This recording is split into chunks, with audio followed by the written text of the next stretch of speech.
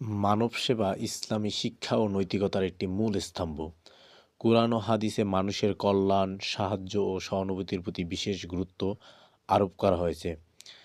যেমন কুরআনের সূরা বাকারায় আছে, তোমরা সৎকর্ম করো, নিশ্চয়ই আল্লাহ সৎকর্মশীলদের ভালোবাসেন। সূরা আল ইনসানে আছে, তারা আল্লাহর সন্তুষ্টির জন্য অভাবী, ইয়াতীম ও বন্দীদের আহার করায়। মানব সেবা সম্পর্কে রাসূল সাল্লাল্লাহু সাল্লাম হাদিসেও বলেন যে মানুষের মধ্যে সেই ব্যক্তি আল্লাহর কাছে সবচেয়ে প্রিয় যে মানুষের জন্য সবচেয়ে বেশি উপকারী। রাসূল সাল্লাল্লাহু আলাইহি সাল্লাম আরও বলেন, আমি ওই ইয়াতীমের দায়িত্ব গ্রহণকারী জান্নাতে এভাবে থাকব।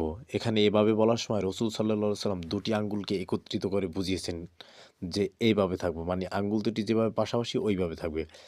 রাসূল সাল্লাল্লাহু আলাইহি সাল্লাম আরও বলেন হাদিসে, লা ইয়ারহামুল্লাহু মান লা ইয়ারহামুন নাস, আল্লাহ তাআলা তার প্রতি দয়া করে না যে ব্যক্তি মানুষের প্রতি দয়া করে না।